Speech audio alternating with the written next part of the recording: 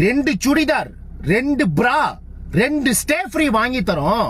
இந்த ஜனநாயகன் படத்தை லீக் பண்ண சொன்ன நாயும் லீக் பண்ண நாயும் மாட்டிக்கிட்டு ரயில்வே ஸ்டேஷன் பக்கத்துல 10 மணிக்கு போய் நில்லுங்க. நல்லா சம்பாதிக்கலாம். நல்லா சம்பாதிக்கலாமா? எப்படி நின்று சம்பாதிச்சுக்கிறியா? இல்லை கேட்குறேன். நல்லா சம்பாதிக்கலான்னு உனக்கு எப்படி தெரியும்? ஒன்று சம்பாதிச்சிருக்கணும், இல்லைனா சம்பாதிக்க உதவி இருக்கணும். நீ போயிட்டு வரியா ரயில்வே ஸ்டேஷன் பக்கம்? அதை மாட்டிக்கிட்டு 2 பிரா சுடிதாரு ஸ்டே ஃப்ரீ மாட்டிக்கிட்டு நின்னா சம்பாதிக்கலாமா? புரியலையே. ஸ்டே ஃப்ரீக்கு இதுக்கு என்ன சம்பந்தம்? ஒரு மனுஷனுக்கு எப்படி ஸ்டே ஃப்ரீ? அதெல்லாம் மைண்டுக்கு போகுது. படம் லீக் ஆகிடுச்சு, அவனை பண்ணிட்டேன். சுடிதார் போடணும், ஃப்ரா போடணும் நின்னா சம்பாதிக்கலாமா? போன எக்ஸ்பீரியன்ஸ் இருக்குது பொழுது, சம்பாதிச்ச எக்ஸ்பீரியன்ஸாக இருக்கும். இல்லை தெரியல இப்படிலாம் பேசுறதுனால நமக்கு கேள்வி வருது. கேள்வி கேட்குறேன்.